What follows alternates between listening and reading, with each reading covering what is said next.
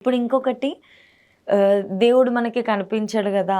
అని కొంతమంది అనుకుంటారు గదా! అసలు కనిపించని దేవుడిని ఎందుకు మొక్కుతున్నారు? ఇప్పుడు మీరు చెప్పిన లాజిక్ చెప్తే కనిపించని దేవుడికి ఎందుకింత ఇది చేస్తున్నారు అంటే, వెరీ సింపుల్‌గా మనం ఇంకో ఎగ్జాంపుల్ తీసుకోవచ్చు. కనిపించే నేచర్ ప్రకృతి. మీరన్న ఈ ఎగ్జాంపుల్‌నే ప్రకృతిని మనం చాలా చూసుకుంటే అట్‌లీస్ట్ మెరుగుపరచడం పక్కకు పెడితే ఉన్నది కాపాడగలిగితే అది మనకెప్పుడు ఫ్రూట్‌ఫుల్‌గానే మంచిగా చూసుకుంటది. లేదు మేము దాన్ని ఇది చేసేస్తాము, స్పాయిల్ చేసేస్తాము అనంటే వచ్చే ప్రళయాలకి మళ్ళీ భగవంతుడిని క్వెషన్ చేయొద్దు అంతే. కరెక్టే. మీరన్నమాట కరెక్టే. హ్మ్. ఎందుకంటే ప్రకృతి అంటే ఎవరి ప్రకృతి అండి? ప్రకృతి అంటేనే దేవుడు కదా! ఇంకా గాడ్ అసలు. ప్రకృతి భగవంతుడి యొక్క ఎనర్జీ, హ్మ్. ఆయన యొక్క శక్తి. హ్మ్. ప్రకృతి అంటే nature. Yes. Nature is not independent. Hmm. Nature is dependent on someone. Nature belongs to someone. Hmm. ఆ వ్యక్తి నేచర్ ఇది హ్మ్. అని అంటుంటాం కదా మనం. అవునవును. అంటే నేచర్ అనేది the word it self is a dependent word. Okay. అది భగవంతుడికి సంబంధించినటువంటి ప్రకృతి. హ్మ్. అది భౌతిక ప్రకృతి కావచ్చు, ఆధ్యాత్మిక ప్రకృతి కావచ్చు. ఆ ప్రకృతికి అధినేతగా ఒక పురుషుడు ఉండాలి, హ్మ్. ఒక వ్యక్తి ఉండాలి. ఆ వ్యక్తి Yes. భగవంతుడు. ఆ వ్యక్తి యొక్క ప్రకృతే మనం చూసేటటువంటి వాతావరణం అంతా అవును. భౌతిక ప్రకృతి. హ్మ్. అందుకే భగవంతుడు భగవద్గీతలో 10వ అధ్యాయంలో అర్జునుడికి విశ్వం మొత్తాన్ని చూపిస్తాడు. విశ్వరూప సందర్శన యోగం. హ్మ్. విశ్వరూపం మొత్తాన్ని చూపిస్తాడు. అయితే విశ్వరూపం అంటే ఏమిటి తెలుసా? ఈ విశ్వంలో ఉన్నటువంటి ప్రతి వ్యక్తిని, ప్రతి వస్తువుని, ప్రతి ప్రదేశాన్ని ఒకే చోట భగవంతుడి యొక్క రూపంలో భాగంగా చూపించడం, ప్రదర్శించడం, అది విశ్వరూపం. హ్మ్. అనేక బాహూదర వక్తర నిత్యం పశ్యామిత్వం సర్వతోనంత రూపం, అదంతా విశ్వరూపం అనమాట. అంటే ఎక్కడ ఈ ప్రపంచంలో ఈ విశ్వం మొత్తంలో ఉన్నటువంటి వస్తువుల్ని, వ్యక్తుల్ని, ప్రదేశాలని అన్నింటినీ ఒక దగ్గర ప్రదర్శించాడు కృష్ణుడు విశ్వరూపం. అంటే ఆ ప్రకృతి నేనే అని చెప్పాడు మీరు అన్నట్టు. ప్రకృతి నేను అనేది ఒక మాట, ఆ ప్రకృతి నా యొక్క శక్తి అనేది ఇంకొంచెం more accurate and more detail మాట అనమాట. అది భగవంతుడి శక్తి. మనకి చాలా చాలా వరకు ఈ ప్రపంచంలో ఉన్న వాళ్ళకి శక్తి కావాలి, శక్తివంతుడైనటువంటి భగవంతుడు అవసరం లేదు. ప్రకృతిని వారి యొక్క ఆనందం కోసం వాడుకుంటారు, కానీ ఆ ప్రకృతి వెనుక ఉన్నటువంటి పురుషుని మాత్రం విస్మరిస్తారు. చాలా మందికి లక్ష్మి కావాలి, నారాయణుడు అక్కర్లేదు. లక్ష్మి కావాలి, బంగారు నాణ్యాలు, బంగారు నాణ్యాలు. ఇక్కడ ఇంకా ఎక్స్ట్రా 2 చేతులు ఉంటే అక్కడ నుంచి బంగారు నాణ్యాలు, పక్కన ఏనుగులు ఉంటే ఏనుగులు కూడా బంగారు నాణ్యాలు ఇవ్వాలి. లక్ష్మి కావాలి, నారాయణుడు మాత్రం నాకు అక్కర్లేదు అంటారు కొంతమంది. రావణాసురుడు ఉన్నాడు, నాకు సీత కావాలి, రాముడు అక్కర్లేదు. శిశుపాలుడు ఉన్నాడు, నాకు రుక్మిణి కావాలి, కృష్ణుడు అక్కర్లేదు. వృకాసురుడు ఉన్నాడు, నాకు పార్వతి కావాలి, శివుడు అక్కర్లేదు. అదండి, భగవంతుని విస్మరించి భగవంతుడి శక్తిని వీళ్ళు ఆనందిద్దామని చూస్తుంటారు. ఎంత మహాపాపం అండి. అప్పుడు శక్తి వారిని అనుగ్రహించదు, ప్రకృతి వారిని అనుగ్రహించదు. ప్రకృతిని మనం అనుభవించాలని, ఆనందించాలని చూడకూడదు. ఆ ప్రకృతిని పురుషుడి పక్కనే చూసి ఇద్దరిని కలిపి పూజించాలని చూడాలి. ప్రకృతిని పురుషుడి నుంచి వేరు చేసి నేను ఆనందించాలి అనుకోవడం అది రాక్షస స్వభావం. రావణాసురుడు అదే పని చేశాడు, శిశుపాలుడు అదే పని చేయబోయాడు. అలాగే ఈ వృకాసురుడు కానీ చాలామంది రాక్షసులు ప్రవర్తన వాళ్ళు అదే చేస్తారు. వాళ్ళకి సంపద కావాలి, ఆ సంపద అంతా ఎక్కడి నుంచి వస్తుంది, ఈ ప్రకృతి అంతా ఎక్కడి నుంచి వస్తుంది? ఆ పురుషుడు, ఆ భగవంతుడు అవసరం లేదు. కృష్ణుడు ప్రకృతి గురించి, పురుషుడి గురించి భగవద్గీత 13వ అధ్యాయంలో చెప్పాడు. అది క్షేత్రజ్ఞ విభాగ యోగం. అందులో కృష్ణుడు 6 టాపిక్స్ చెప్తాడండి. క్షేత్ర, క్షేత్రజ్ఞ, జ్ఞాన, జ్ఞేయ, ప్రకృతి, పురుష. సరే, చాలా ఇన్ డీటెయిల్డ్ సబ్జెక్ట్.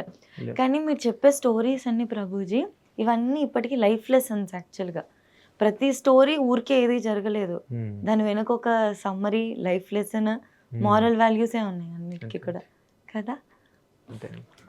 ప్రభుజీ, ఇంకొక చిన్న ప్రశ్న. ఇందాక మనం భగవద్గీత చదవాలి, పూజించాలి, ఇలాంటి మంచి మంచి విషయాలు మాట్లాడుకున్నాం.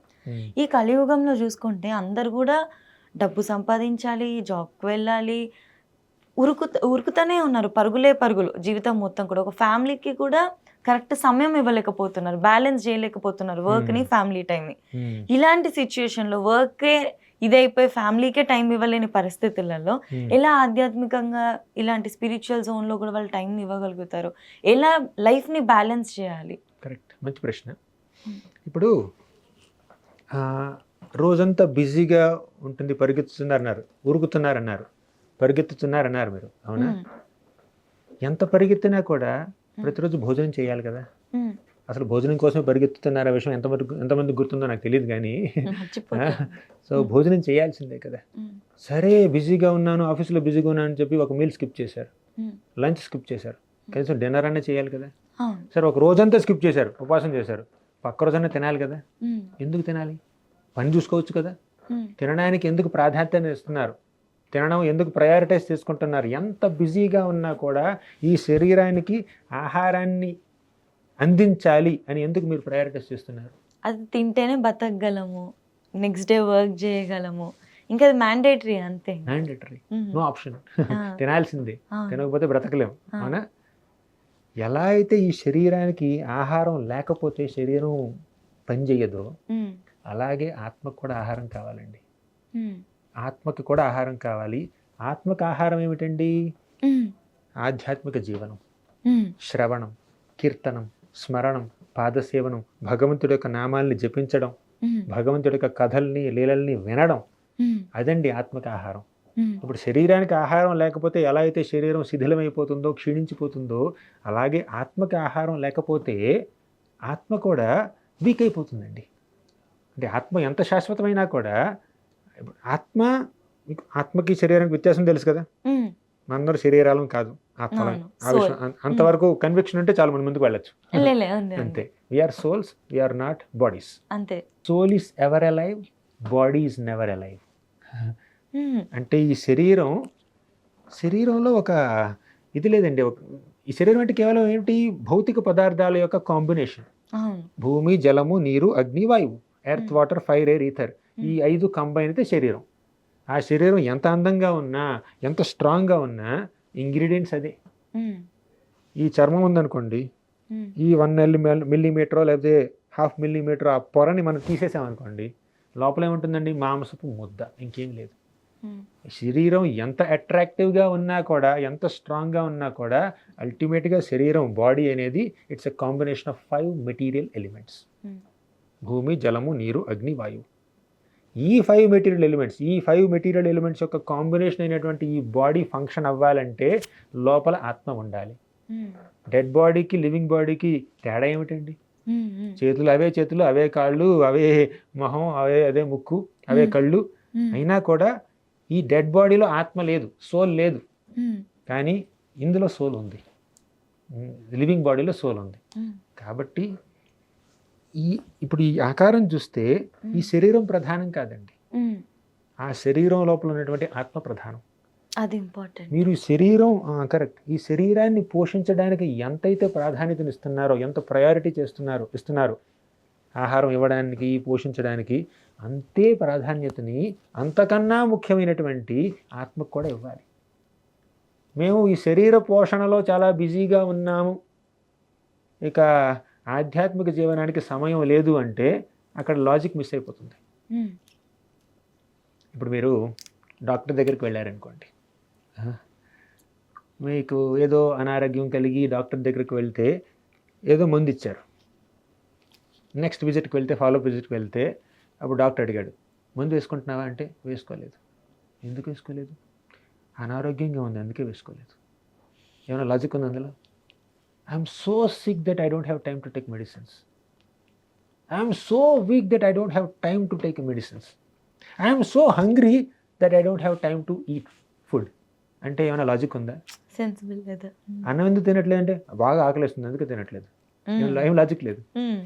ముందు ఎందుకు వేసుకోవట్లేదు? బాగా అనారోగ్యంగా ఉంది అందుకే వేసుకోవట్లేదు, లాజిక్ లేదు కదా.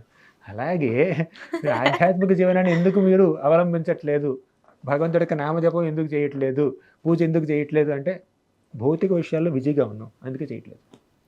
అసలు ఏం లాజిక్ లేదు దానికి. అది ఎంత ఇల్లాజికల్గా అనిపిస్తుందో ఇది అంతే ఇల్లాజికల్, అంతకన్నా ఇల్లాజికల్. నాకు అంటే ఈ శరీరం నుంచి బయటపడాలి కదా మీరు. ప్రభుజీ ఎంత మంచి ఎగ్జాంపుల్ చెప్పినారు. ఎందుకు వేసుకోలేదంటే టాబ్లెట్ వేసుకునే ఓపిక కూడా లేదు, అంత అనారోగ్యంగా ఉన్నా వేసుకోలేదు అన్నంత ఈక్వల్ ఇది అండ్ మోర్ దెన్ దట్ అని చెప్పేసి అంటున్నారు. అంతేగా.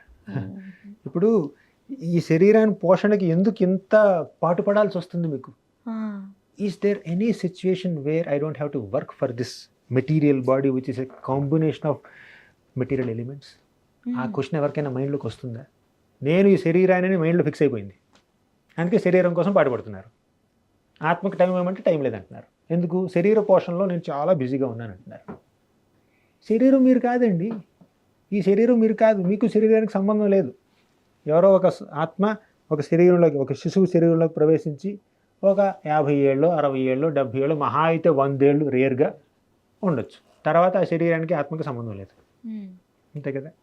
అంటే కేవలం 100 ఏళ్ళు మాత్రమే, లేదంటే 70 ఏళ్ళు మాత్రమే మీతో ఉండే శరీరానికి మీరు అంత ప్రాధాన్యత ఇచ్చారే, కానీ మీకోసం మీరు ఏం చేసుకుంటున్నారు? అంత నిస్వార్థంగా శరీర పోషణ ఎందుకు చేస్తున్నారు? కాస్త స్వార్థపూరితంగా ఆలోచించి ఆత్మ కూడా పోషించుకోండి. అది మేము చెప్పే మాట. ఆధ్యాత్మికంగా ఉంటే ఆటోమేటిక్గా ఇది జరుగుతుంది అంటారు. దేర్ ఇస్ ఏ సిచ్యువేషన్, అంటే ఈ శరీరంలో మనం ఉండకుండా ఈ ఆత్మే పూర్తిగా ఆధ్యాత్మిక స్వరూపంలో ఉండేటటువంటి ఒక పరిస్థితి ఉందండి. మనం దాన్ని ఆత్మ సాక్షాత్కారం అంటారు. ఇప్పుడు ఈ ఆత్మ శరీరాన్ని విడిచిపెట్టి ఇంకో శరీరంలోకి వెళ్తుంది కర్మ ఉంటే. కానీ కర్మ లేదనుకోండి, అప్పుడు ఈ శరీరాన్ని విడిచిపెట్టి ఆత్మ భగవద్ధామానికి చేరుకుంటుంది. అక్కడ ఒక ఆధ్యాత్మిక స్వరూపం ఉంటుంది. అక్కడ భగవంతుడికి అనుచరుడుగా, స్నేహితుడుగాను, స్నేహితురాలుగాను మీరు ఉండొచ్చు. అవునా? అంటే భగవంతుడికి ఎంతోమంది, కృష్ణుడు ఉన్నాడు, గోలోక బృందావనం ఉంది, వైకుంఠంలో విష్ణుమూర్తి ఉన్నాడు, ఆయనకి ఎంతోమంది లక్ష్ములు ఉన్నారు. లక్ష్మీ సహస్రశత సంభ్రమ సేవ్యమానం, కొన్ని సహస్ర వేల కొలది లక్ష్ములు ఆ భగవంతుడిని, నారాయణుడిని వైకుంఠ లోకంలో ఆరాధిస్తున్నారు. అలాగే గోలోక బృందావనం అనే లోకానికి వెళ్తే ఆధ్యాత్మిక జగత్తులో అక్కడ కృష్ణుని ఆరాధించే గోపికలు, గోప బాలకులు ఎంతోమంది ఉంటారు. వాళ్ళవి ఆధ్యాత్మిక శరీరాలండి. వాళ్ళ శరీరం రక్తమాంసాలతో చేసినది కాదండి, మలమూత్రాలు ఉండే వాళ్ళ శరీరంలో. ఆనంద చిన్మయ సదుజ్వల విగ్రహస్య సచ్చిదానంద స్వరూపాలు.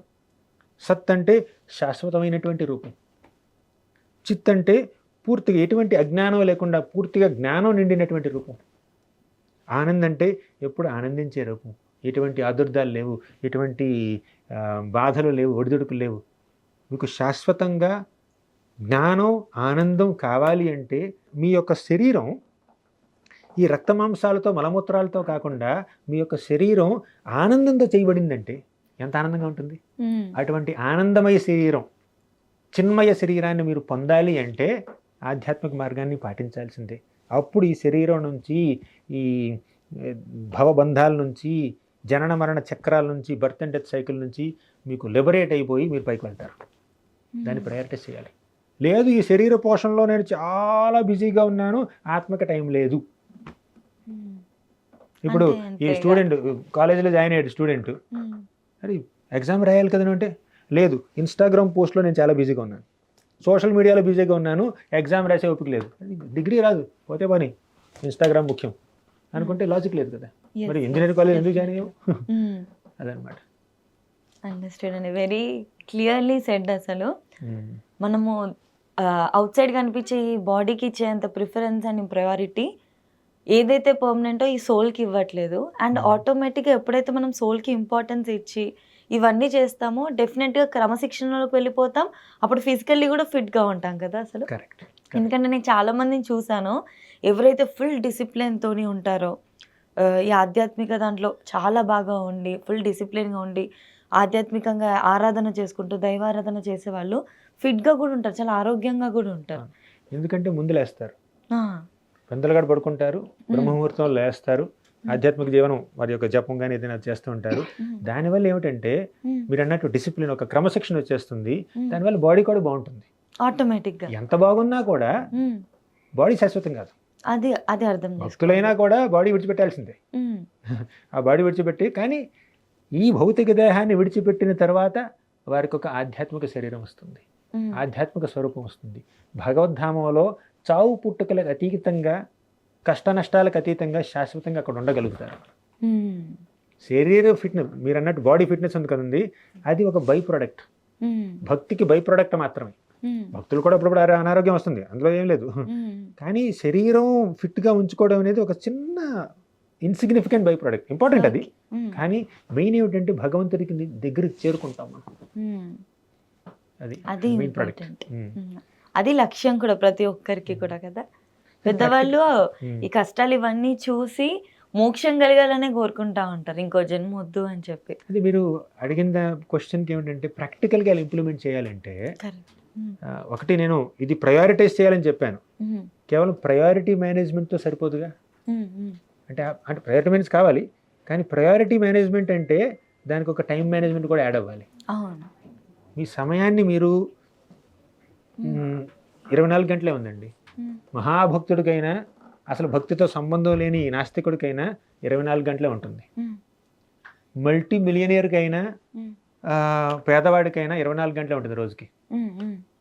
అదేవిధంగా కాలేజీలో టాప్ ర్యాంకర్కైనా 4 సబ్జెక్టులు ఫెయిల్ అయిన వాడికైనా 24 గంటలే. వారు వారి సమయాన్ని ఎలా సద్వినియోగం చేసుకుంటున్నారు, ఎంత ఎఫెక్టివ్గా వాడుకుంటున్నారు అనే దాని మీద ఆధారపడి ఉంది వారి యొక్క సక్సెస్. Correct correct. దానికి సింపుల్ ఫార్ములా ఏంటో తెలుసా? ఇది చెప్పి ముగిస్తాను. సింపుల్ ఫార్ములా ఏమిటంటే పొద్దున్నే లేస్తే బ్రహ్మముహూర్తంలో గనక మీరు ఏ పని చేసినా, అది అకాడమిక్స్ కావచ్చు, మెడిటేషన్ కావచ్చు, నామజపం కావచ్చు, ఏదైనా ఆధ్యాత్మిక కార్యక్రమం కనుక మీరు పొద్దున చేశారనుకోండి, అప్పుడు ఏకాగ్రతతో చేయగలుగుతారు. ఎందుకంటే ఆ బ్రహ్మముహూర్తం అనేది సత్వగుణం, రాత్రి రజోగుణం. చాలామంది ఏమిటంటే ముఖ్యంగా కలియుగంలో రాత్రిపూట మేలుకుంటారు, ముఖ్యంగా స్టూడెంట్స్ కూడా. అంటే కొన్ని కొన్నిసార్లు అసైన్మెంట్స్ అంటే తప్పదు అనుకోండి, కానీ రాత్రిపూట మేలుకున్నారనుకోండి, అక్కడ ఏమిటంటే తమోగుణం చేత వాళ్ళు ప్రభావితం అవుతున్నారు. సూర్యాస్తమయం తర్వాత తమోగుణం ప్రధానమైపోతుంది, కానీ సూర్యోదయం అవ్వడానికి కాస్త ముందు ఏమిటంటే సత్వగుణం ప్రధానంగా ఉంటుంది. ఈ రోజులో ఏమిటంటే రజోగుణం ప్రధానంగా ఉంటుంది. ఆ సత్వగుణాన్ని మనం యాక్సెస్ చేయగలిగితే ఆ కాస్త సమయాన్ని పొద్దున ఒక 4 నుంచి ఒక 5, 6 వరకు, ఆ 2 గంటలు 3 గంటల సమయాన్ని మనం సద్వినియోగం చేసుకోగలిగితే లైఫ్ చాలా ప్రొడక్టివ్గా ఉంటుంది. మీకు టైం మేనేజ్మెంట్ ఆటోమేటిక్గా వచ్చేస్తుంది, ఆరోగ్యం బాగుంటుంది, ప్లస్ టైం మేనేజ్మెంట్ కూడా ఆటోమేటిక్గా వచ్చేస్తుంది అనమాట. ఎందుకంటే మీరు పొద్దున ఆ గంటలో ఒక పని చేశారనుకోండి, అదే పని మీరు మధ్యాహ్నం చేయాలంటే మీకు 3 గంటలు పడుతుంది. మీ ప్రొడక్టివిటీ పెరుగుతుంది మార్నింగ్ అవర్స్ని సద్వినియోగం చేసుకుంటే. కానీ చాలా వరకు ఏమిటంటే ఈ ప్రపంచంలో మార్నింగ్ అవర్స్ని మిస్ చేసేసుకుంటారు జనాలు. అది అంటే చాలా మోస్ట్ ఇంపార్టెంట్ అని మిస్ చేసేసుకున్నారనుకోండి, ఇంకా ఏమిటి. కొంతమంది ఏంటి బయట సూపర్ మార్కెట్కి వెళ్తే ఇది కొంటే అది ఫ్రీ అంటారు కదా, ఫ్రీ ఆఫర్ నేను మిస్ చేసుకోకూడదు అంటే అక్కడ చాలా డిటర్మినేషన్ ఉంటుంది. అసలు మెయిన్ ఫ్రీ ఆఫర్ మనకి ప్రతిరోజు ఉండేది ఏంటంటే బ్రహ్మముహూర్తం. ఆ ఎర్లీ మార్నింగ్ అవర్స్ మనకి బంపర్ ఆఫర్ అనమాట, దాన్ని మిస్ చేసుకోకండి. మీరు స్టూడెంట్ అయితే ఆ సమయంలో చదవండి, మీరు స్పిరిచువల్ సీకర్ అయితే ఆ సమయంలో మీ యొక్క స్పిరిచువల్ ప్రాక్టీసెస్ చేయండి, అది best. TAP, tap management. T for time, A for attention, P for priority. కేవలం టైం మేనేజ్మెంట్ చేసుకుంటే సరిపోదండి, ప్రయారిటీ మేనేజ్మెంట్ కూడా కావాలి. కేవలం ప్రయారిటీ మేనేజ్మెంట్ ఉంటే చాలదండి, అటెన్షన్ మేనేజ్మెంట్ ఉండాలి. అటెన్షన్ అంటే కాన్సన్ట్రేషన్. ఒకసారి మా గుళ్ళో నేను ఆచమన పాత్రలు అంటే తెలుసు కదా మీకు, రాగి పాత్రలు, ఆచమన పాత్రలు, ఓంకేశాయ నమః నారాయణ నమః, అది. సో ఆ పాత్రలు కడగడం నా యొక్క సేవ. నాకన్నా ముందు వెళ్ళి పూజారి ఏం చేశాడంటే, ఈ పాత్రలన్నింటినీ మాకు ఒక పెద్ద పాత్ర ఉంది, గంగాళం మీద అంటారా తెలుగులో, ఆ పెద్ద పాత్ర ఉంది. ఆ పాత్రలో చింతపండు నిండినటువంటి నీళ్లు ఉన్నాయి. అందులో రాగి పాత్రలు వేస్తే ఆటోమేటిక్గా చాలా బ్రైట్ పింక్గా మెరుస్తాయి అనమాట. అని చూసి కొంచెం రింబారు వేసేసి కొంచెం తోమ వేస్తే తళతళలాడుతుంటాయి, అవునా.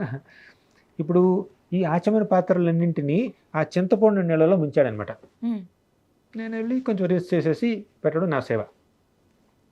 నేను వెళ్ళినప్పుడు ఆ చింతపండు నీళ్ళల్లో ఒక ఆచమన పాత్ర తేలుతుందండి, అంటే పూర్తిగా మునగలేదు, సగం లోపల సగం బయట ఉంది.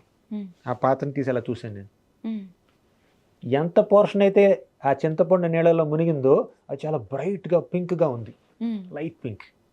కానీ ఆ పైన ఉన్నటువంటి ఆ పోర్షన్ కొంచెం నల్లగా ఉంది. నేను ఇది స్క్రబ్ రేస్ తోముతున్నాను అనమాట, అప్పుడు నలుపు పోవట్లేదు. ఏం చేశానంటే దీన్ని మళ్ళీ ముంచేశాను చింతపండు నీళ్ళలో, వేరేవన్నీ కడిగేసాను. ఒక అరగంట తర్వాత తీసాను, అది బ్రైట్ అయిపోయింది. ఇది ఎందుకు చెప్పానంటే స్టోరీ, మీరు హాఫ్ హార్టెడ్ అటెన్షన్ ఇచ్చారనుకోండి దేనికైనా ఫుల్ రిజల్ట్ రాదు. ఈ పాత్ర పూర్తిగా మునగలేదు కాబట్టి పూర్తిగా శుభ్రం కాలేదు, కానీ పూర్తిగా మునిగి ఉంటే ఎంత క్లీన్ అయిపోయేది. అంతే కదా. అలాగే మీరు ఏ పని చేసినా కూడా పూర్తిగా ఏకాగ్రత శ్రద్ధ పెట్టారనుకోండి, అప్పుడు మీకు కంప్లీట్ రిజల్ట్ వస్తుంది. ఇప్పుడు మనకు కావాల్సింది టైం మేనేజ్మెంట్ మాత్రమే కాదండి, అటెన్షన్ మేనేజ్మెంట్ కూడా. ఒక పని చేయడానికి మీరు 1 గంట సమయాన్ని వెచ్చించారు. ఆ గంట సమయాన్ని మీరు పూర్తిగా ఆ పని మీద లగ్నం చేస్తే, ఏకాగ్రతతో పని చేస్తే గంటలు అయిపోతుంది. కానీ ప్రతి 5 నిమిషాలకి ఇన్స్టాగ్రామ్, ఫేస్బుక్, జీమెయిల్ నోటిఫికేషన్, ప్రతి నోటిఫికేషన్ చూడాల్సిన అవసరం లేదు. ప్రతి నోటిఫికేషన్ మనకు అవసరం లేదు కూడా. కొన్నిసార్లు ఏమిటంటే ఏ నోటిఫికేషన్ రాకపోయినా చూస్తారనమాట. గత 10 నిమిషాల్లో ఒక మెసేజ్ కూడా రాలేదు, ఎలా వైఫై పనిచేస్తుందా, మొబైల్ డేటా పనిచేస్తుందా? అంటే మీకు 10 సార్లు ఫోన్ చేసుకుంటే మెసేజ్లు రావండి, చూసుకుంటే మెసేజ్లు రావు. ఎవరైనా పంపిస్తే వస్తాయి, అవునా? ఎవరు పంపించకుండా వాటికి ఫోన్ చూసుకుంటూ ఉంటారు. 1 గంట సేపు వెచ్చించారండి దీనికి. ఆ గంట మీరు అరగంట ఫోనే చూసుకున్నారు, ఇంకా పని ఎక్కడ జరుగుతుంది చెప్పండి? అక్కడ ఎంత సమయం వృధా అయిపోతుందండి. ఇంకా ఆధ్యాత్మిక టైం ఎక్కడుంది? టైం లేదంటారు. టైం ఉంది. 24 గంటల టైంలోనే పెద్ద పెద్ద బిజినెస్ మ్యాగ్నెట్లు ఉన్నారు, మహా శాస్త్రవేత్తలు ఉన్నారు, ఇంకా సరిగ్గా ఏ ప్రొడక్టివ్ లేని వాళ్ళు కూడా ఉన్నారనమాట. కానీ ఆ టైంని మీరు వినియోగించుకోవాలంటే ముందు కాన్సన్ట్రేషన్ పెంచుకోవాలి. అలా కాన్సన్ట్రేషన్ పెంచుకోవడానికి మీకు చక్కగా దోహదపడే మార్గం ఏమిటో తెలుసా? జపం. హరే కృష్ణ మహామంత్రం జపం చేస్తాం. కొంతమంది ఓం నమో నారాయణ చేస్తుంటారు, ఇంకొంతమంది ఇంకేదో మంత్రం చేస్తుంటారు. ఏదైనా శాస్త్రం రికమెండ్ చేసినటువంటి భగవంతుడి నామం ఉన్నటువంటి మంత్రాన్ని గనక మీరు ప్రతినిత్యం పొద్దున జపిస్తే, హరే కృష్ణ కృష్ణ కృష్ణ హరే హరే హరే రామ రామ రామ హరే హరే అలా జపిస్తే, మీ మనస్సు దాని మీద లగ్నం చేయడానికి మీ శాయశక్తిలో ప్రయత్నిస్తే, ఆ కాన్సన్ట్రేషన్ మీరు ప్రతిరోజు చేసే ప్రతి కార్యంలోకి కాన్సన్ట్రేషన్ వచ్చేస్తుంది. ప్లస్ మీరు ఆ జపం చేయడం వల్ల భగవంతుడి నుంచి మీకు వచ్చే ఆ బ్లెస్సింగ్స్ ఉంటాయి చూడండి, ఆశీర్వచనాలు, దానివల్ల మీకు వేరే సక్సెస్ కూడా వస్తుంది. అన్నింటినీ మించి ఈ శరీరాన్ని విడిచిపెట్టినప్పుడు భగవద్ధామాన్ని చేరుకుంటాం. ఇంకేం కావాలి చెప్పండి? ఈ మెటీరియల్ లైఫ్ స్ట్రీమ్ లైన్ అవుతుంది, స్పిరిచువల్ లైఫ్ బాగుపడుతుంది. ఇక మెటీరియల్ వరల్డ్ వదిలిపెట్టి స్పిరిచువల్ వరల్డ్కి వెళ్తారు కూడా. ఇంకేం చెప్పాలి చెప్పండి? అంతకన్నా ఇంకేం కావాలి? ప్రభుజీ, ఇంకొక చిన్న ప్రశ్న. అప్పటి నుంచి మిమ్మల్ని అడుగుతానే ఉన్నాను, ఇంకా అడగడానికి బోలెడు ప్రశ్నలు ఉన్నాయి. సో ఈ రోజుకి ఇప్పుడు ఇంకొక ప్రశ్నతో ముగించేసి మళ్ళీ మిమ్మల్ని కలిసి ఇంకా చాలా సందేహాలన్నింటినీ కూడా నివృత్తి చేసుకుంటాను. సో ఏంటి అంటే, మనం ఏదైనా కృష్ణుడు అనగానే మన మనసుకి గుర్తొచ్చేది చక్కగా ఆ వేణువు, నెమలి పించం, కృష్ణుడు అంటే ఇవి ఖచ్చితంగా గుర్తొస్తాయి. ఎందుకు వీటికి ఇంత ప్రాముఖ్యత? వీటి వెనుకున్న ఆంతర్యం ఏంటి? చాలా ఉందండి. కృష్ణుడికి భగవంతుడి యొక్క ఏ రూపంలో లేనటువంటి ఒక 4 లక్షణాలు ఉన్నాయండి. ఫ్లూట్ వాయించడం ఒకటి, నెమలి పించం ఒకటి. మీరు చెప్పారు ఆ 2. సరే, ఈ రెండింటి గురించి ప్రత్యేకించి మాట్లాడుకుందాం. కృష్ణుడు నెమలి పింఛాన్ని ఎందుకు ధరిస్తాడు? ఒకసారి ఏమిటంటే, నెమళ్ళు చక్కగా నాట్యం చేస్తున్నాయి. కృష్ణుడు వేణు వదనం ప్రారంభించాడు. ఆ నెమళ్ళ మధ్యలోకి వెళ్ళి, బృందావనంలో ఆ నెమళ్ళ మధ్యలోకి వెళ్ళి కృష్ణుడు చక్కగా వేణు వాయిస్తున్నాడు. అప్పుడు ఏం జరిగిందంటే, ఈ నెమళ్ళందరూ కృష్ణుడి యొక్క ఈ వేణుగానానికి ముగ్ధులైపోయి ఆనంద పారవస్యంలో చక్కగా నాట్యం చేసి, ఆ నాట్యం చివరిలో ఆ నెమళ్ళ రాజు అయినటువంటి ఒక నెమలి తన నెమలి పింఛాన్ని తీసి కృష్ణుడికి బహూకరించింది. ఆ చిన్న బహుమానాన్ని, ఆ నెమలికని చిన్న బహుమానాన్ని కూడా కృష్ణుడు ఎంతో గౌరవించి తన నెత్తి మీద పెట్టుకున్నాడు, శిరోధార్యం పెట్టుకున్నాడు. అది ఒక కారణం కృష్ణుడు నెమలి పింఛం ఎందుకు ధరించాడని. ఇప్పుడు నెమళ్ళకి వర్షం వస్తే చాలా ఆనందం కలుగుతుందండి. మబ్బులు చూసి, నల్లటి మబ్బులు చూసి నెమళ్ళు ఎంతో ఆనంద పారవశ్యంలో నాట్యం చేస్తుంటాయి. కృష్ణుడి యొక్క శారీరక మేని ఛాయి కూడా అలాగే ఉంటుంది కదా. కృష్ణుడు క్లౌడ్, మేఘం, నీలిమేఘ ఛాయ కాబట్టి కృష్ణుడిని మేఘాన్ని ఒకటిగా అనుకుని వాళ్ళు నాట్యం చేశారనమాట. కృష్ణుడికి తెలుసు. ఇప్పుడు కృష్ణుడు వారితో పాటు నాట్యం చేస్తూ వేణుగానం చేస్తున్నాడు. అప్పుడు కృష్ణుడికి నెమలి పింఛం బహుమానం వచ్చింది. అది ఒక్క కారణం మాత్రమే. ఇంకోటి ఏమిటంటే, శ్రీకృష్ణుడి యొక్క ప్రేయసి ఎవరు? శ్రీమతి రాధారాణి. ఆ రాధారాణికి ఒక పెంపుడు నెమలి ఉంది. ఆ నెమలి యొక్క పింఛాన్ని తీసుకుని కృష్ణుడు తల మీద పెట్టుకున్నాడు. ఎందుకు? రాధారాణిని ఇంప్రెస్ చేయడం కోసం. అది ఇంకొక కారణం. మ్మ్. ఇంకో కారణం చెప్పాలా, కృష్ణుడు ఆయన యొక్క శరీరం ఎలా ఉంటుందంటే మేఘంలా ఉంటుంది, నల్లటి మేఘంలా ఉంటుంది. మ్మ్. ఆయన వేసుకునేటువంటి వస్త్రం ఎలా ఉంటుందో తెలుసా, పీతాంబరం లైటనింగ్ లాగా ఉంటుంది, మెరుపు అంటారు కదా, మెరుపులా ఉంటుందన్నమాట. మ్మ్. తర్వాత ఆయన యొక్క ప్రేమ వీక్షణాలు, చిరు మందహాసాలు ఎలా ఉంటాయంటే వర్షంలా కురుస్తాయి. ఇప్పుడు మేఘం ఉంది, మెరుపు ఉంది, వర్షం ఉంది, ఏం మిస్ అయిందండి? ఓకే.